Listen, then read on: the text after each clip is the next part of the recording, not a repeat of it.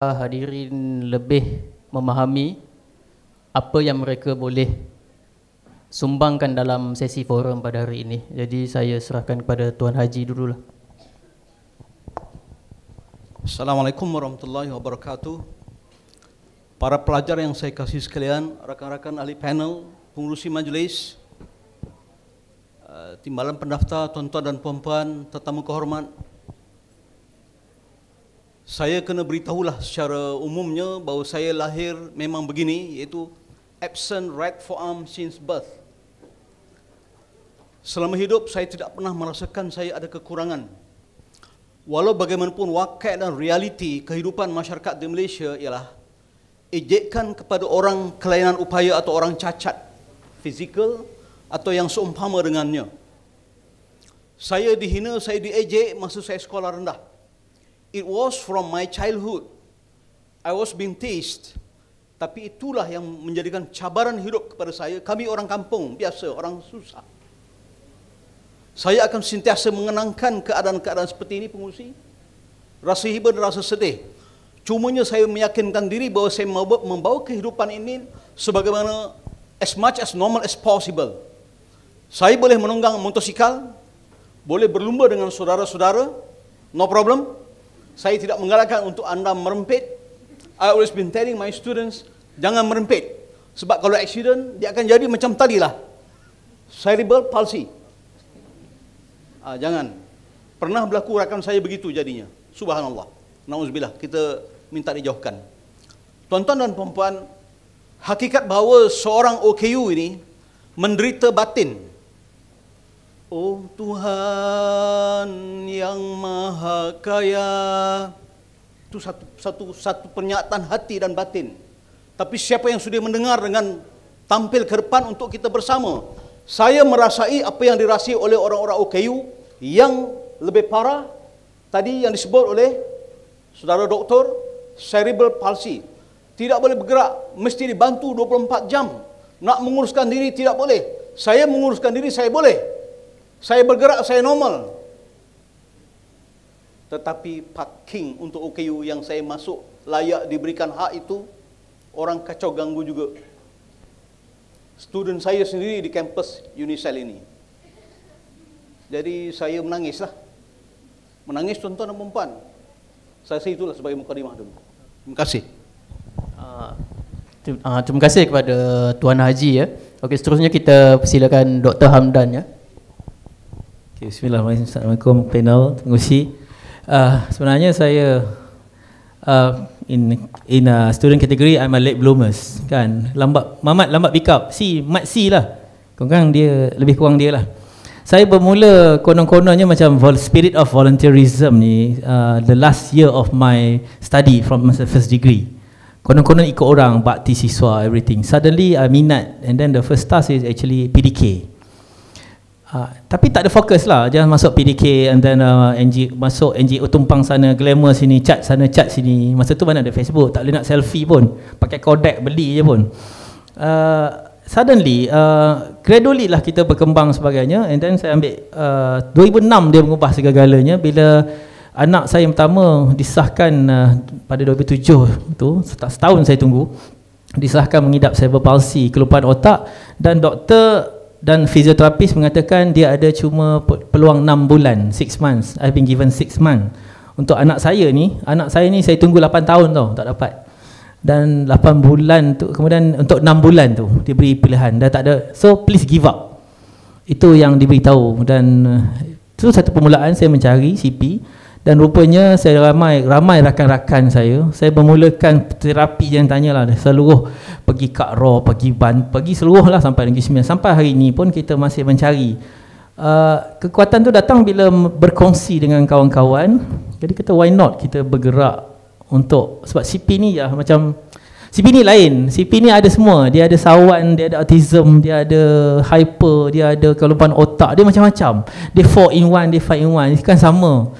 Dia bukan macam bukan saya terlampau kadang malam bangun sawan kadang. So kekuatan tu menyebabkan saya kena kongsikan. Saya ambil keputusan untuk berkongsi. Dan kebetulan di Unicel saya masa tu mula-mula di MPW. Kemudian kini mungkin insya-Allah di Industrial Psychology. Bila melihat adik-adik bila melihat pelajar-pelajar yang ada keperluan khas, lecturer dan sebagainya, dan dibati bila saya memulakan, rupa-rupanya ramai staff Unicell punya anak keperluan khas. Itu yang memulakan WK4OKU yang pertama tu. Bila sharing konsep itu menguatkan yang lain. Jadi saya rasa apa salahnya kita mulakan, kenapa saya berada di depan ni, at least kita buat sesuatu untuk memberi awareness. That's all. Terima kasih. Okey, terima kasih kepada Encik Hamdan ya. Okey, seterusnya saudara Khairul Anwar boleh ambil mic di sana untuk memberi sedikit mukadimah pada hadirin pada hari ini. Tes. Okey. Tadi dah. So I'm dyslexic, handsome like Tom Cruise, genius like Albert Einstein. Okey. Cerita dia sebenarnya start dunia aktivism ni start daripada 2010 lagi. I'm start with the Jahat, Jaringan Hak Rakyat, that we fight for 30 human rights. Perkara 26 tuntutan mendapatkan pendidikan kepada semua. That is one of the thing that attract me. Lepas tu masuk macam Dr. Hamdan juga masuk banyak persatuan. Saya mengajar pelajar Thailand yang datang Malaysia, mak bapak diorang dibunuh peristiwa takbai. Saya mengajar English dekat diorang. Antara bantuan terawal banjir dekat Dengkil. Saya juga bantuan banjir dekat Segamat, Johor. So daripada 2010, sekarang dah masuk 4 tahun. Sekarang saya waktu awal tahun ni saya cuba, Encik Hamdan cakap, okey, apa cita-cita korang? Saya tak datang kelas tu, tapi yang lain datang. Apa cita-cita diorang? So saya dapat tahu ni nak jadi ni jadi ni jadi ni. Lepas tu saya teringat yang saya ada list cita-cita yang saya nak capai. Benda yang saya nak dan saya mesti dapat. Salah satunya adalah saya nak prevent buta huruf. Itu yang saya nak. Saya nak prevent buta huruf. So saya buat website. Waktu tu tak tahu lagi Persatuan Dysleksia ni wujud. Saya buat satu website situ. Boleh saya bantu situ. Website tu. Saya buat satu website, saya bagi khidmat percuma. Lepas tu okey, dapat sambutan. Problem dia saya dapat Perlis, Pulau Pinang, Johor. Jadi macam so fikir cari alternatif lain. Lepas tu Google lah Persatuan Dysleksia. Taklah Persatuan Dysleksia, just type Dysleksia, and then dapat tahu Persatuan Dysleksia. Oh, ada Persatuan Dysleksia concern about children education, early intervention. That mean pendidikan awal. So saya tahu apa cabarannya. Dekat sekolah sendiri saya digelar bodoh, bangang, bahalul, semua perkataan-perkataan yang ada dalam kamus tu lah.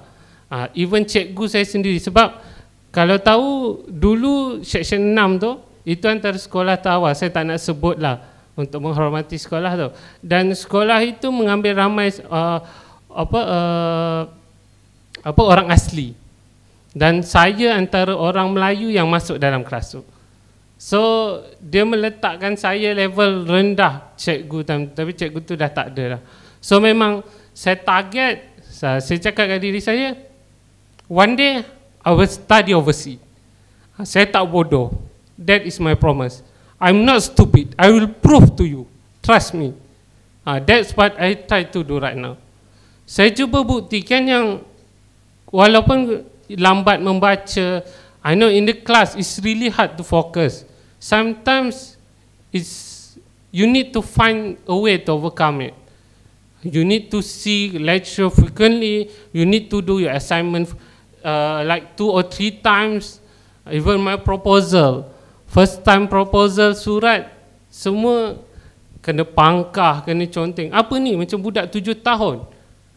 Budak diploma tu, MPP, tulis surat aduan macam budak 7 tahun. So saya memang 2-3 kali buat surat. But for me that is the branch start lah. Dari sana bagi kesedaran untuk pandai membaca. Satu lagi, beri peluang. Beri peluang untuk orang. Sebab kita terlampau menilai seseorang tu daripada akademik. entah apa kot. Albert Einstein, Thomas Edison tak masuk universiti pandai. Lebih pandai daripada korang semua, daripada kita semua. So, dia tak masuk you kot, nak cakap apa. So itu je lah. Okey, terima kasih kepada saudara Khairul ya.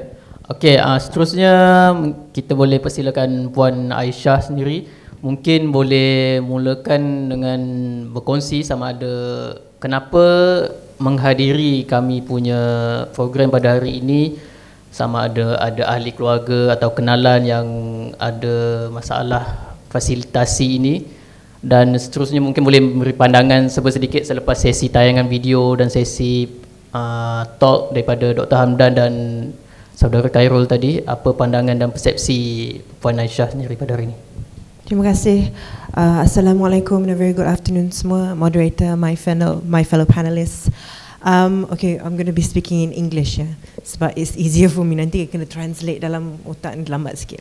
Anyway, I was invited by Dr. Wan Puspa Melati to come and to join this, and of course I felt that it was very apt and very timely that a forum like this is going to be held at this time. Of course, after the highly publicized case of Adik Muhammad Firdaus, and it was not just that long ago that I was with a friend and she was very moved by it, as the entire Malaysia was. But to take the step further, like Dr. Hamdan cakap tadi, ramai keyboard warriors keluar. People who are very quick to point fingers, very quick to say, you know, what are you doing? Why isn't anyone doing anything? Padahal you're there sitting in the comfort of your own room, typing on your own laptop on Facebook. So I figured that this was a great opportunity and a great chance to take that first step. Alhamdulillah, I've been given the opportunity to be involved in volunteerism daripada umur yang muda juga. My mother started off Yayasan Anak Warisan Alam, which is a Children's Environmental Heritage Foundation. Today, I'm on the board of trustees, and so that means from a very young age, at 10, we already, we went out, we took part in gotong royongs. We started very small. Since then, we've organized several international children's conferences. We actually organized one for United Nations Environment Programme. I'm also, since then, my involvement in environmental awareness and of course education has been quite active, and that's something that's very, very close to my heart. At the same time, I'm a mother of two. I've got two daughters. One is 4 years old, the other is 2 months and a half. And as a parent, you can't help but get moved. And of course, we doakan kesihatan for your child, but you don't know what fate, what Allah is going to, decide for you in the next few years. So I've always grown up, and Alhamdulillah, I say thanks to, I'm very grateful for my parents. They raised me in a very inclusive environment. I went to a school in the UK dulu masa kecil-kecil lah, I belajar kat UK sekejap je. Belajar kat sini. It was a school that was inclusive, and then I went to a school in Taman Tun which also had a class khas. Although it's not entirely or 100% inclusive, it did have a school. So I felt the need that, hey, you know what? I love talking about matters that affect people on my Instagram, my Facebook, whatever. I decided that, you know what? Let's take it a little step further. I am not an expert. You've heard from our speakers, they're all academicians and experts. But having worked in the media for 10 plus years, I know the power of words. Now, words have this effect. It can influence how you think about yourself. It can influence how you think about a certain group of people. If you grew up and your mother keeps on saying, bodoh lah you bodoh lah, you can never do anything. Honestly, you're going to grow up thinking that, right? You're going to think that I am seriously bodoh. Why? Because my mom said that. And my mom's not going to say anything because my mom, she knows me the best.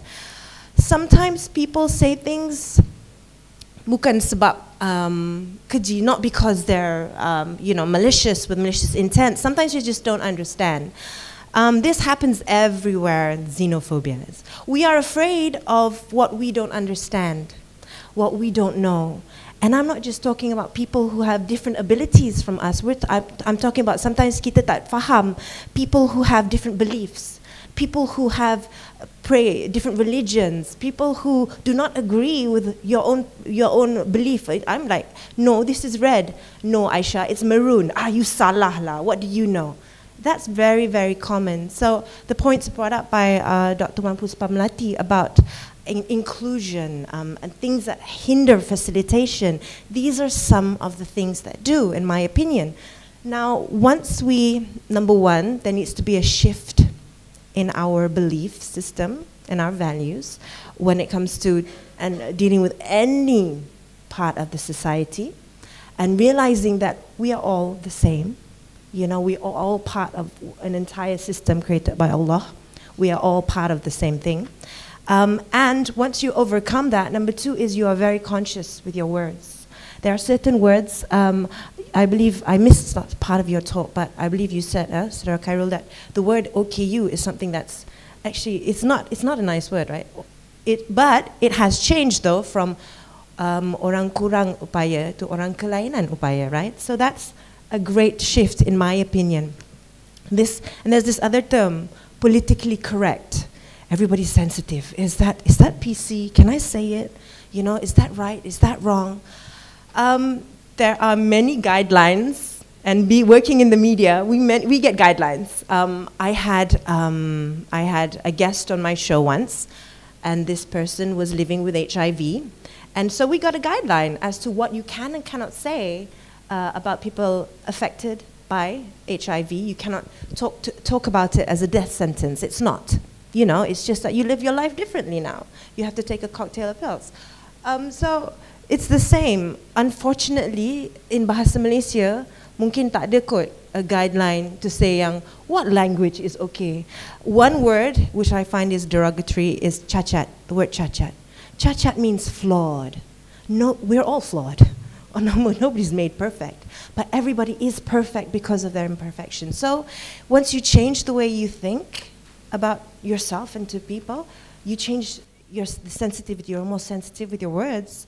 And you know, that's how the first step may be that we can take. That's how we can actually, as part of the community, as part of the society, that's what we can do, the first step. So actually ada banyak lagi nak cerita, but you know, let's open up. I pun macam Dr. Wan Puspa Melati, I like to talk. Do you guys guess that?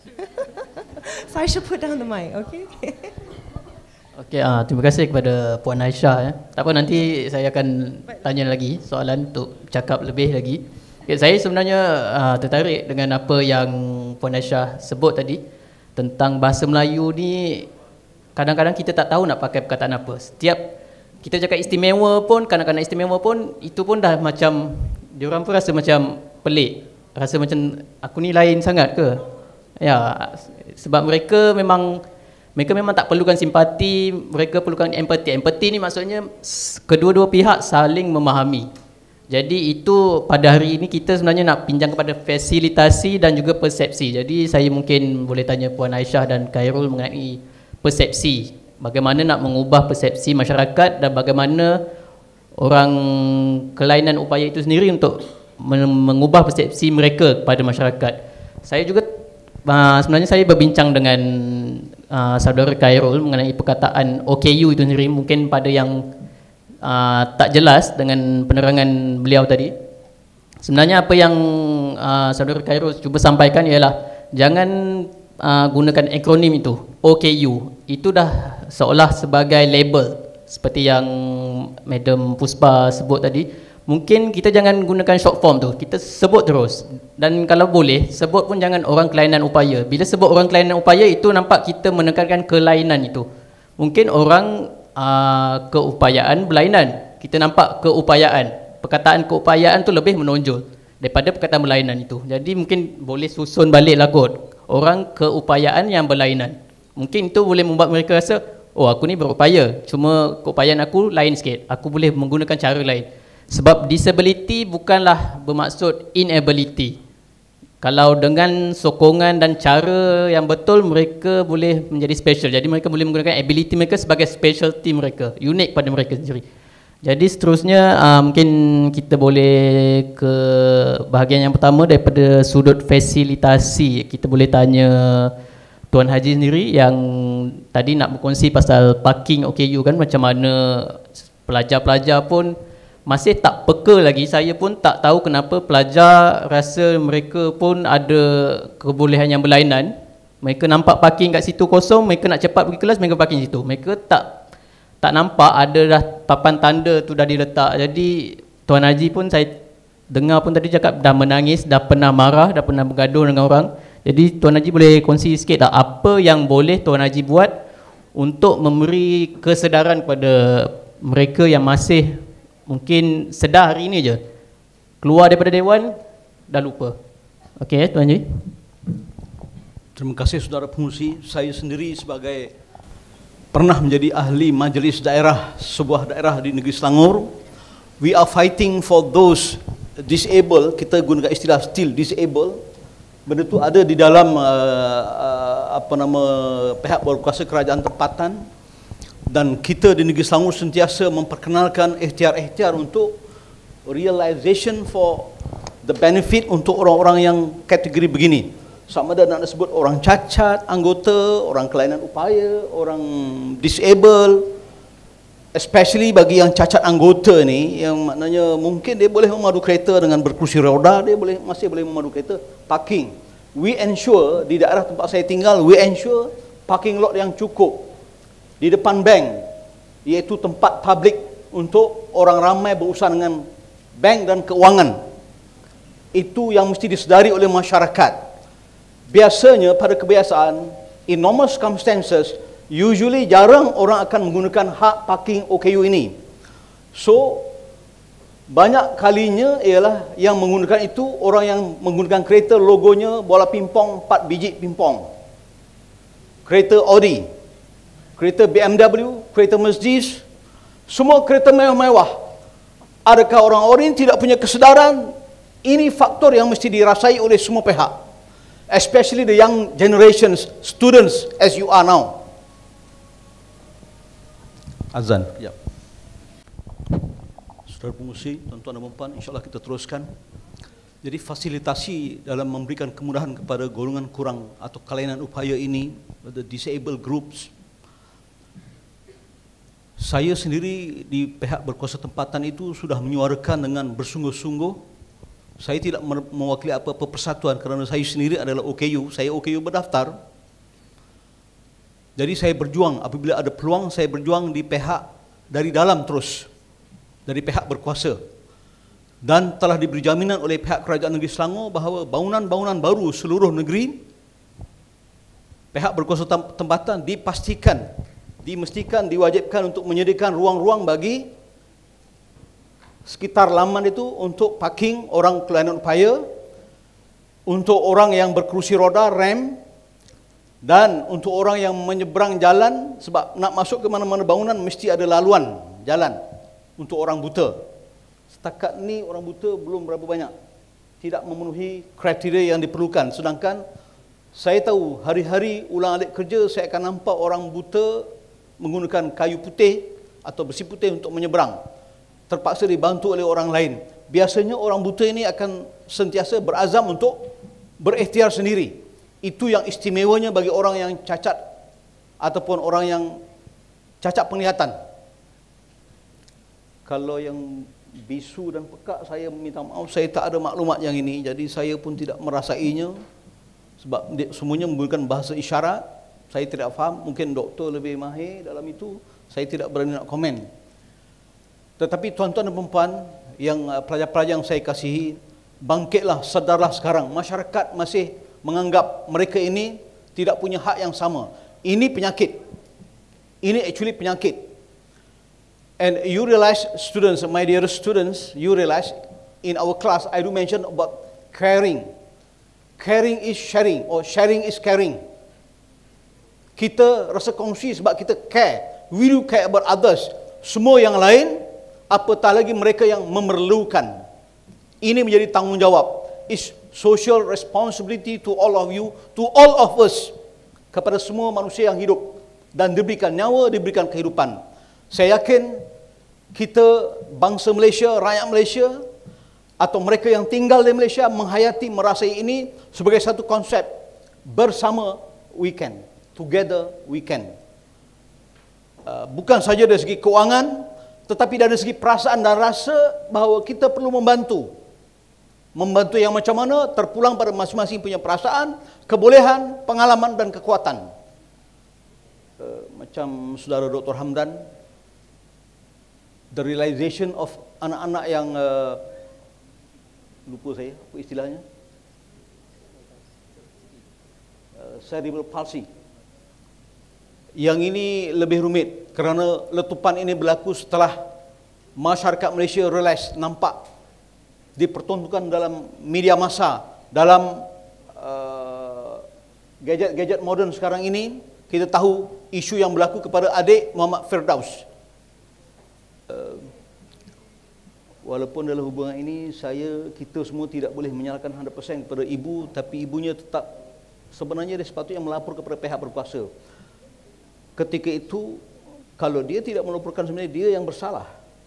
Dari segi hukum, I'm referring to tanggungjawab dia sebagai seorang Islam. Masyarakat di sekeliling, jiran-jiran, the neighbors tu tak realize, kenapa tidak tahu, tidak perasan. Apa masalah malu? Tidak perlu malu untuk memberitahu sesuatu kekurangan yang melibatkan pada darah daging dia sendiri. Because rakyat Malaysia pada umumnya adalah prihatin. Ini mesti dimaklumkan. Mungkin maklumat tidak sampai sehingga masyarakat keliling tidak perasan. Hanya apabila ketika satu serbuan yang dituju kepada parti ditemui sipulan ini. Jadi wallahualam, terima kasih daripada saya. Harapan saya ialah rakyat Malaysia semua bangkit bersama, bukan saja menyokong pihak berkuasa untuk menyediakan kemudahan-kemudahan yang sepatutnya, kita sendiri mesti merasai dan turut sama membantu menjadi tenaga-tenaga penggerak persatuan-persatuan. Mereka yang bersikap sukarela, kitalah orangnya, tidak tunggu orang lain bertindak menjadi sukarelawan. Kita mendahulukannya, insya-Allah. Terima kasih, Pengerusi. Terima kasih kepada Tuan Haji ya. Okey, seterusnya sebenarnya saya rasa kebanyakan yang tinggal dalam dewan sekarang ni kebanyakannya daripada kelas khidmat sosial ya. Saya harap setiap pelajar yang ada boleh fikir sendiri apa sumbangan yang anda semua boleh lakukan. Sebagai contoh, saya dan Khairul sebenarnya dari bidang psikologi industri dan kami sendiri sedar keperluan orang kebolehan berlainan ini. Kami tahu macam mana nak dapatkan mereka pekerjaan, macam mana nak meyakinkan majikan untuk mengambil mereka pekerjaan. Jadi khidmat sosial, sebab fasilitasi ini sebenarnya luas sebenarnya. Dia bukan hanya sekadar peralatan, mereka juga memerlukan sokongan dan bantuan dari segi emosi, dari segi motivasi. Jadi saya harap jangan kelirukan yang fasilitasi ini anda kena beri satu peralatan kepada mereka, anda kena tolong angkat mereka. Itu bukan apa yang kami cuba untuk sampaikan pada hari ini. Sebagai contoh, mungkin fakulti lain, contoh fakulti kejuruteraan, boleh juga daripada buat kereta lumba, enjin apa, boleh memberi bantuan pada anak-anak yang cerebral palsy, buat wheelchair untuk mereka, design satu wheelchair untuk mereka. Dan juga khusus art and design, boleh juga mereka cipta atau mewar-warkan lagi kesedaran kepada masyarakat tentang kewujudan. Jangan tunggu sampai adik Muhammad Firdaus dah keluar kat TV, dah keluar kat YouTube, barulah semua terpanggil. Tapi kemudian video tu dah seminggu dua dah habis, semua pun dah lupa. Jadi saya harap yang masih lagi kekal di dalam dewan ni untuk sama-sama fikir cetusan idea masing-masing. Apa yang anda semua boleh sumbangkan pada program kami pada hari ini. Okey, seterusnya pada Encik Hamdan, terlanjur kita ada sebut tentang adik Muhammad Firdaus. Mungkin Cik Hamdan atau Dr. Hamdan sebenarnya, Dr. Hamdan boleh kongsikan sikit peranan ibu bapa, macam yang Tuan Haji sebut tadi. Kita tak boleh 100% menyalahkan ibu Puan Lola, ibu kepada Muhammad Firdaus sebenarnya. Masyarakat kita masalahnya bila nampak sesuatu mereka akan cari untuk menunding jari masalahnya. Mereka tak ada pun menunding kepada diri sendiri, tak ada rasa fardu kifayah untuk membantu Puan Lola menjaga anak. Jadi saya serahkan kepada Dr. Hamdan. Okey, terima kasih pengerusi panel.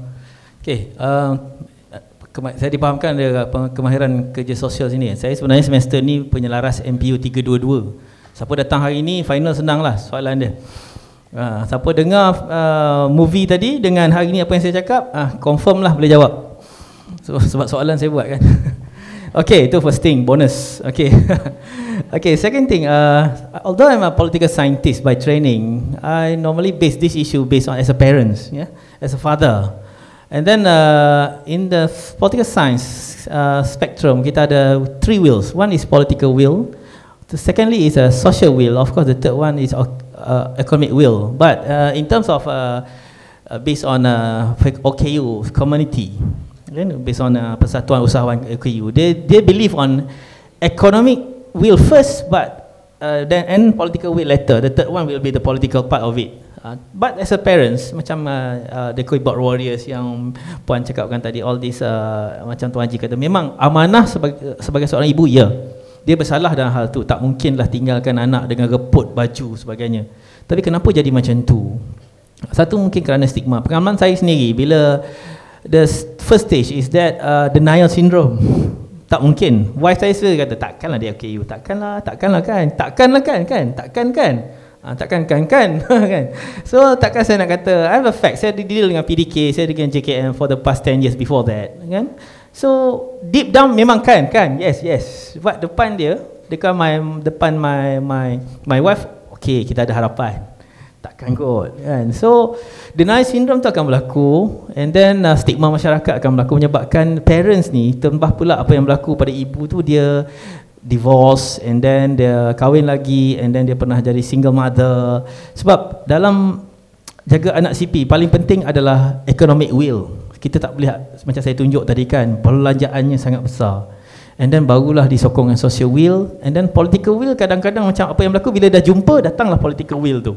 Semua orang sangat datang bawa hamper sebesar-besar, anak datang besar pada Firdaus hamper, kan. Semua datang kat gambar apa semua. Then what's next? Saya masa kat Facebook saya Hamdan Mendan dengan Hamdan M. Saleh, not a single post about Firdaus. Padahal selama ni kita duk setahun lebih ni as a chairman for my CP duk cerita pasal ni tau. Tu kenalah ada anak pergi sekolah, kena penerimaan masyarakat sebagainya. Suddenly, blessing in disguise, muncul kes Firdaus, baru semua orang ada opinion, wah kena buat macam ni. Not a single post by me. Tapi orang tanyalah, orang WhatsApp lah, orang Facebook, siap linkkan nama saya, apa pandangan Hamdan Mendan hal ni? Aku juga yang kena jawab. Habis bukan main keyboard warriors, thousand of them, suddenly Susan aku kena jawab, kan. I punya jawapan simple, what's next? You akan bising 3 hari, then what's next?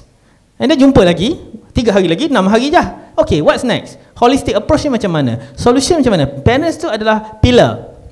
How to strengthen the motivation drive dia to create awareness. Macam mana dia nak strong? Macam saya, the first 3 years is denial. Yes, denial syndrome. Keluar orang tanya. So jangan lepas ni kalau jumpa parents yang ada anak wheelchair, jangan tanya je, jangan tengok pandangan dia, tengok. Saya pernah kena my auntie, with due respect to her, dia kata anak saya CP kerana lecturer kahwin dengan lawyer. Oh my god, bukan god lagi dah. I kena sendiri tau. Patutlah dia jadi macam tu. Dia tak kat depan-depan, patutlah dia kahwin dengan lawyer dan dia lecturer bidang apa saya dia tak tanya. Jadi DNA nya begitu sampai tahap tu, to the extent, you know. And then yang kedua pasal bala. Ada ustaz yang kata ni sebab bala kelahiran semula. Mungkin saya dulu raksasa ke, Ultraman mana jahat ataupun Spiderman hitam ke, tiba-tiba jahat lawan merah kalah, balasannya dapat anak CP. That's all. Tapi denial tu, and then yang kedua sebab nak keluar malas, nak pergi kenuri malas. Jadi society tak tahu. Society tak tahu dan society tak faham dan society tak tahu nak tolong macam mana. Sebab tu jadi macam tu. Jadi macam case di what happened to at the yang Firdaus ni adalah dia dah give up dah. Dia economic will dia, belanja dia stop treatment cost 1,000. Rehab dia berapa? Sebab 1 jam 3 jam tau, 2 jam 100. Dapatlah sikit balance apa semua. You okay, kalau you nak letak anak dapat allowance PDK kena duduk 2 hari itu atau 3 hari, and then dapat allowance 50 to 150 for what?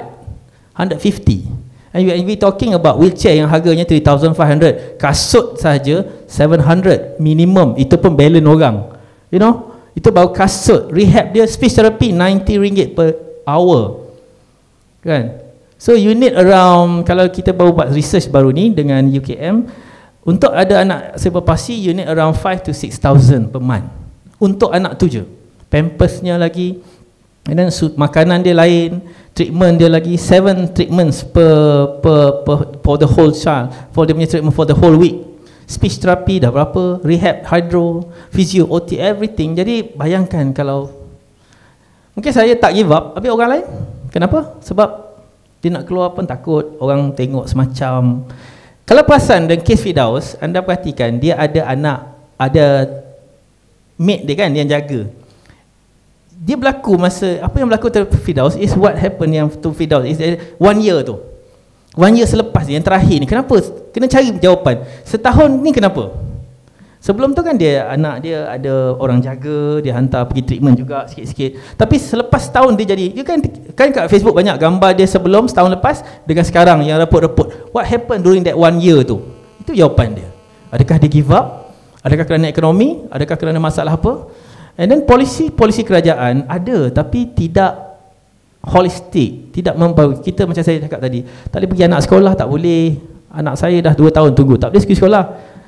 Sebab tak ada yang kita jumpa boleh baca, boleh semua, dia hanya duduk dekat Jasko je. Sebab sekolah tak boleh. Dah umur 9 tahun, semua tab ke apa semua dia tahu. Sekolah tak terima. Walaupun dia boleh baca, dia boleh apa, sebab tak boleh urus diri, pakai wheelchair. Jadi benda-benda tu akan menyebabkan keluarga, terutama tambahan pula kita banyak single mothers yang punya anak CP. My SU dulu persatuan anak CP, suami dia tinggalkan dia, dia kata anak ni buat sial. Single mother kerja kerani, bawa anak dia. Saya ada yang nampak video tadi yang shock anak tu, sampai sekarang umur dia 14 tahun. Dia tak tinggal pun. Dia tak tinggal anak tu, padahal dia pergi kerja, balik tengah hari bagi makan, balik pula kerja. Mana datang kekuatan tu? Kekuatan tu adalah support community. Untuk dia kuat, kena ada support tu. Tapi untuk kuat tu, polisi tu kena konsisten. Jadi bila nampak anak wheelchair, jangan pandang, kan tanya-tanya je, kenapa? Apa ni CP? Kadang anak saya pakai CP besar, besar-besar. Nak tahu sangat kan. CP depan, CP belakang. Kita pakai baju, satu family 4 orang pakai baju. Malaysian Advocate for Cerebral Palsy. Depan belakang, please visit our website. Kan? Wow, orang tak tanyalah. Unfortunately. And then pasal parking, memang susah. Memang susah. Sebab anak CP ni wheelchair kat rumah lain, bila berjalan lain. Tapi tak jadi halangan. Macam saya tak naik ke peterbang, dia naik peterbang. Walaupun wheelchair kadang-kadang pecah-pecah. Sebab you tahulah mesranya orang yang kat kargo tu kan. Whatever lah, hancur kadang kan. Sebab CP punya wheelchair ni boleh buka. Tapi kekuatan tu kena ada. Itu je. Sebab mak dia salah, yes, mak dia salah. Tapi komuniti ni macam mana? Polisi kerajaan macam mana? Bagus kerajaan ada bantuan, betul. Tapi tak menyeluruh, tak sampai maksud. Niat tu ada. Kerana apa? Parents bukan stakeholders dalam policy making. Itu je. Parents, kami ni bukan decision makers. Kita tak terlibat pun dalam policy making tu. Jadi macam mana kita nak terlibat? Penglibatan macam mana? Takkan orang faham. Macam Mak Rempit, orang buat polisi umur 67. Paling remaja dalam mesyuarat Mak Rempit 67, 67 years old. For heaven's sake. Itu pun sebab dia baby-baby lagi, rambut pun tinggal 3 kan, baby-baby lah kan, 67. Chairman is 80. Macam mana nak faham pasal? With due respect lah, pasal Mak Rempit. Panggil ketua-ketua Mak Rempit bincang. Berhenti dia, mau kumpul stamp dia. Bosan lah, kumpul stamp lah. Mak Rempit kumpul stamp, jilat petang-petang. So konsep inklusif kena ada. Mak dia kena kuat, tetapi holistik tu kena ada lah. Itu for the time being lah. Terima kasih kepada Encik Hamdan ya. Okey, seterusnya kita bincang tentang persepsi ya. Sebab kedua panel tadi dah bercakap tentang fasilitasi. Mungkin saudara Khairul Anwar boleh mewakili sebagai pelajar. Macam mana nak mengubah persepsi pelajar-pelajar terhadap mereka yang berkebolehan lain ini? Sebab Khairul Anwar sendiri saya rasa banyak tekanannya sebagai pelajar, dan saya rasa tak silap selepas saja Khairul Anwar ke depan untuk menceritakan yang dia ada disleksia, dia sendiri yang rasa pandangan orang lain kepada dia dah berubah. Itu yang menambah lagi tekanan dia. Jadi mungkin pelajar, saya harap selepas ni jangan pandangan semua dah jadi saya kena hati-hati sikit bila nak cakap dengan dia ni. Dia ni disleksia. Saya tak boleh nak cakap ni, saya tak boleh nak cakap sensitif. Jadi Saudara Khairul mungkin boleh juga bagi idea untuk pelajar-pelajar kerja sosial macam mana nak menaikkan, sebab saya ada berbincang dengan Dr. Hamdan dan Khairul tadi tentang menjadikan Universiti Selangor ni salah satu institusi pertama yang mendidik mereka yang ada disleksia dan mungkin mengambil pelajar yang ada masalah fizikal. Jadi mungkin Saudara Khairul boleh kongsi sedikit persepsi dan peranan sebagai pelajar. Okay. Okay, sebab benda ni bukan first time juga, memang ramai tanya. So, ni okey ke? Ni okey ke? So, like tiba-tiba semua layan saya macam bengap bawah lagi. That mean, yes, I have short memory. Memang mudah lupa, confused with time. Okay, kita jumpa pukul 10. Pukul 11 baru saya datang. Sebab confused, 10 dengan 11 kadang-kadang terbalik. So benda-benda tu kena alert. So yang paling penting adalah macam saya cakap lah, kawan ibu bapa. Persepsi, kalau ada kawan anda tanya, hari ni hari apa? Jangan gelak. Jangan gelak, jangan tipu dia. Sometimes saya tanya, sebenarnya memang saya lupa. Bukan saya sengaja tanya. It's not that I like to ask, hari ni hari apa ya? Hari ni hari apa ya? Housemate saya memang tahu. That is perangai saya. Housemate saya, most of the time, I'm lucky. Housemate saya akan bangunkan saya untuk pergi kelas. Like dia jadi personal, peribadi punya, penjaga peribadi, yes. Tanpa bayaran. Dia akan bagi tahu, Carol, kau bukan ada kelas pukul 2? So start alert. And then kalau ada assignment, saya bagi tahu, aku ada assignment tau, 18 kena hantar. Kawan saya yang catat, saya tak catat. Tapi basically that, kalau tu satu, try jangan gelak sinis lah bila orang tanya tarikh ke apa ke. Lepas tu start, yalah budak psikologi ni bagus, observation dia sangat bagus. Tapi terlebih bagus suddenly tengok, oh macam ni ya dyslexic, seriously annoying. Seriously that thing is really annoying. Start buat eksperimen dengan tulisan saya lah. Start, macam mana kau belajar ya nak join? Serious, that thing is really annoying. Sampai hari tu waktu talk, saya mengadu dekat lecturer saya, Madam, kawan-kawan sibuk je nak ambil saya punya notes, sibuk je nak ambil saya punya assessment, whatever so on. So benda-benda tu lah, itu satu. That mean jangan layan tu macam, yeah, we are special, but not that nak semua nak tanya. Macam CP, sikit-sikit nak tanya, kesian juga, okey tak, seriously dorang annoying. Sebab saya sendiri kadang-kadang tanya, saya mengajar pagi petang dekat Persatuan Disleksia. Kadang-kadang tanya, boleh ke ni pagi petang, boleh ke ni pagi petang. Tapi itulah, satu je, selagi saya tak tumbang, artinya saya boleh. Selagi kita orang tak putus asa, artinya kita orang boleh. Tu lah jalan apa, kadang-kadang tak selesa tau.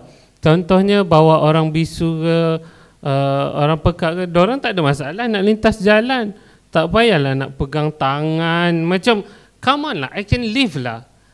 Diorang boleh. Sebab kadang-kadang orang pandang, kesian dia, mesti tak boleh. Ni, seriously, kau ingat aku umur berapa? Itu yang diorang akan cakap. Kita je tak faham apa dia cakap. Itu antara benda-benda lah. Jangan cuba letak diorang tiba-tiba, diorang okey je. So kita letak lagi bawah tu.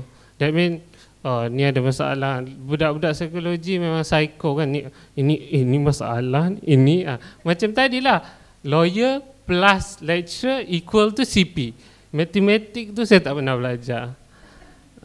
Itu lah. Okay, terima kasih kepada Saudara Khairul Anwar. Okey, seterusnya Puan Aisyah. Dah tak sabar nak bercakap kan. Sebab kalau ikutkan kita yang duduk di sini, kalau sefaham saya lah, Puan Aisyah dan saya tak ada orang cakap hubungan secara langsung dengan mereka yang kebolehan berlainan. Sebab OKU ni, minta maaf saya guna perkataan orang kebolehan berlainan ni, mereka ada dua jenis, dari segi kognitif seperti Khairul dan dari segi fizikal seperti Tuan Haji. Jadi saya dan Puan Aisyah ni kami tak ada hubungan secara langsung, tak ada ahli keluarga dan mungkin cuma ada kawan saja. Jadi sebagai orang cakap, saya tak boleh nak cakap orang luar sebab kita dah kira dah inclusion dah sebenarnya. Ini dan seluruh dewan ni pun dah kira inclusion dah sebenarnya. Jadi sebagai selebriti dan sebagai secara peribadi, apa pandangan dan peranan Puan Aisyah boleh berikan kepada masyarakat di luar sana untuk menyedarkan tentang orang kebolehan berlainan ni? Terima kasih ya. I think, okay, I'm going to answer the celebrity part because that's the shortest part. Yeah. I think celebrities have this power where they're seen as icons and whatever they wear orang nak pakai. Tidur, I ingat ada zaman masa Ayuni dulu, tudung Wardina, semua orang nak pakai tudung Wardina. Lepas tu ada ni, ada tu, ada tudung Yuna, and everybody wanted to wear that. So they are, I tell my friends this, that it's very important that you find something you're passionate about. You know, be it a cause. Some are passionate about single mothers. Some are passionate about animal welfare, child welfare. So look for something and you champion it. You champion it. You be the mouthpiece. You know, you talk about it, because see, I believe the more you talk about it, the more people understand. It will no longer be a taboo anymore. Tak ada macam like, something, what's wrong? And then you just stare. Like macam Dr. Hamdan cakap, you know, just ask, kan? I mean, you won't mind answering. As a personal also, I had this experience with a uni mate. Masa dulu saya belajar kat UiTM dulu. He was studying law. Now this is he's an extraordinary person and he's achieved such amazing things. Now he was born without arms. And I'm not going to say his name, but he's very famous now. Everybody knows him. Now, I knew him through friends, and I met him on campus. And then he was like, "Hey, Aisha, where are you going?" I said, I'm heading to Taman Tun. Oh, Tumpang boleh? Okay, fine, Tumpang. And then so we were talking, walking to the car. And then I didn't think about it. I just went out and I opened the door for him. And he was like, "Okay, thank you." And he sat in. And then on the way back, we stopped by isi minyak, and then he came out of the car, probably to prove that, hey, look, you know, thank you for opening the door for me, but thanks, but that wasn't necessary. And then since then, I'm like, oh, okay, yeah, actually, he can draw such amazingly, and I can't draw. I draw stick people. He draws beautiful. I'm very good at stick people. And he draws amazing, beautiful portraits, but with his feet. Like I said, they do different things differently. So I think it sometimes can be overwhelming. Biasalah, kita tak faham. I don't understand. There are a lot of things I'm learning also. And this whole thing, especially working in the media, being politically correct, ya Allah, salah sebut macam mana. On air lagi, live lagi, alamak how. The backlash, you don't want all that. So to me, the paranoia is there and probably it's extra. And I understand how overwhelming it can be. But I think, if in doubt, tanya kot. And I will ask this, you know, what's the best way to describe your condition? Oh no, just say, I have Down syndrome. I have cerebral palsy. Call it what it is. I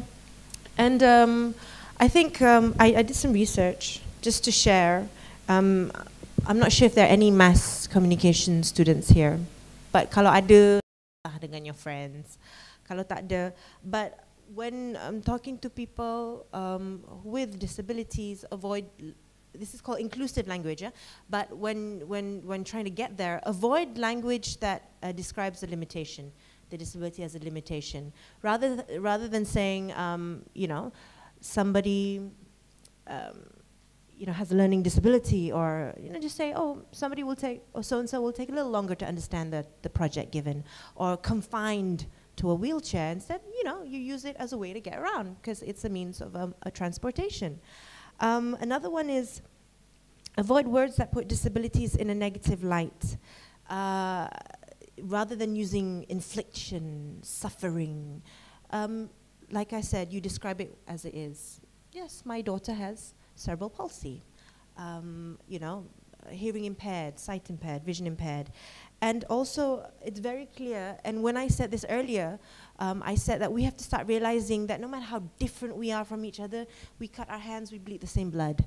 We were all made from the womb of a woman. Nobody is different here. We're all the same. Now, once we start realizing we're all the same, we start treating each other with a little bit more respect, and I believe with the existence of respect, you will automatically treat people differently. You know, you're not going to say, oh, my neighbor's not from Malaysia. What does he understand? So what? My neighbor's a father. He has got kids. I have kids. Hey, your kid's 4, so's mine. You know, you automatically associate and be able to believe and see at the same level. And there's this new, the disability movement, there's a rights movement in the US, in the Western countries is quite big, kan? And it's slowly growing here. And they talk about this, when talking about inclusive language, they talk about this language called people first language. That means instead of a disabled person, you're putting the disability first. It's a person with disability, because you see, in the end of the day, this person is a person with emotions, with desires, with hatred, with whatever emotions that you're feeling, orang ni pun merasa juga. So I believe that, you know, why should we create a divide when all we need to do is just see how would you like to be treated? And it's as simple as that. How would you best like to be treated? Betul tak? Okay, and I believe you were saying just then, moderator, that to encourage students and what students can do, maybe you take mass comm students, Dr. Melati, maybe, you know, encourage them to come up with, and this is something that we really, really need, so I think I'm requesting on this as part of media, a Bahasa Malaysia guide as to what inclusive language that best describes people with disabilities. So I think, you know, it's just a guide that, you know, you can reference and then get your lecturers help to lobby it, you know, get the national station to pick it up and then see where it can go. And then, you know, when people start openly talking about it, I think it will be a lot easier, and you know, everybody will understand more. So, you know, I think if in doubt, ask. Terima kasih kepada Puan Asha. Saya nak tambah, saya rasa apa yang Puan Asha sebut tadi tentang penggunaan bahasa, sebab bahasa Melayu ni sebenarnya kita kaya dengan bahasa, sebab tu kita ada kamus Dewan Bahasa sampai berapa edisi, asyik bertambah saja. Penggunaan perkataan tu kita boleh, apa orang cakap, kita boleh pilih sebenarnya yang mana yang lebih positif, lebih menaikkan semangat. Sebagai contoh, kita tak boleh sebut orang ni ada kekangan. Kita boleh cakap orang ni ada rintangan. Rintangan maksudnya dia boleh mengatasinya. Kalau kita cakap kekangan, mereka akan rasa mereka terkekang, mereka tak boleh buat apa-apa. Itu salah satu contoh lah yang saya faham daripada Puan Asha tadi. Sama juga macam bahasa Inggeris ke bahasa Melayu. Kita ada special education class. Tapi kenapa bila pergi ke bahasa Melayu jadi kelas pendidikan khas? Special itu bukan maksudnya istimewa kan dalam bahasa Melayu, tapi kenapa special itu jadi khas? Itu dah jadi macam specific education class. Kelas keperluan khas, spesifik is khas kan? Jadi penggunaan perkataan tu saya rasa itu antara yang pertama sekali yang pelajar-pelajar boleh buat. Belajar bahasa Melayu kita memang banyak sebenarnya boleh. Jadi gunakan bahasa kita secara berhati-hati dengan orang-orang sini, sebab kalau kita biasa gunakan perkataan yang positif, jadi saya rasa inclusion akan jadi lebih mudah. Jadi ada apa-apa lagi nak tambah sebelum kita tutup sesi forum, sebab saya sebenarnya nak buka sesi Q&A tapi rasanya masa dah overrun. Jadi saya rasa Dr. Melati pun macam ada nak soalan nak tanya, tak apalah, nanti berbincang sama-sama kita orang je lah. Jadi saya rasa sampai di sini sajalah kita punya program. Seterusnya saya serahkan kepada pengerusi majlis.